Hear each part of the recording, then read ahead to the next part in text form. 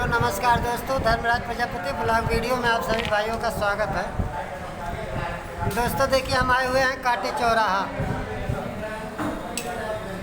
हम और चाचा जी हैं बगल में हमारी, और आए हुए हैं बहाऊ रेस्टोरेंट के वहाँ चाय पीने के लिए। हम लोग आप लोग भी देख सकते हैं कि बगल में हम लोगों का ये नमकीन है और ये चाय है,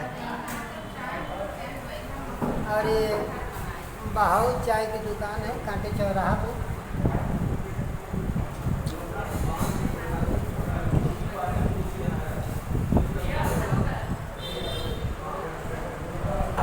आप लोग भी देख सकते हैं दोस्तों।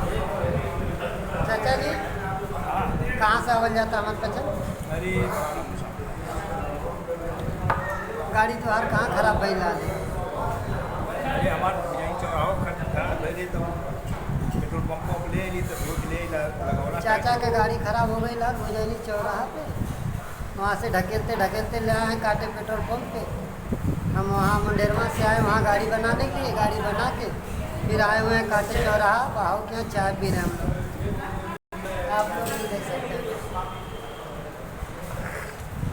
दोस्तों। चाय पीना है तो हमारे यूट्यूब चैनल पे कमेंट करके अवश्य जरूर बताएं।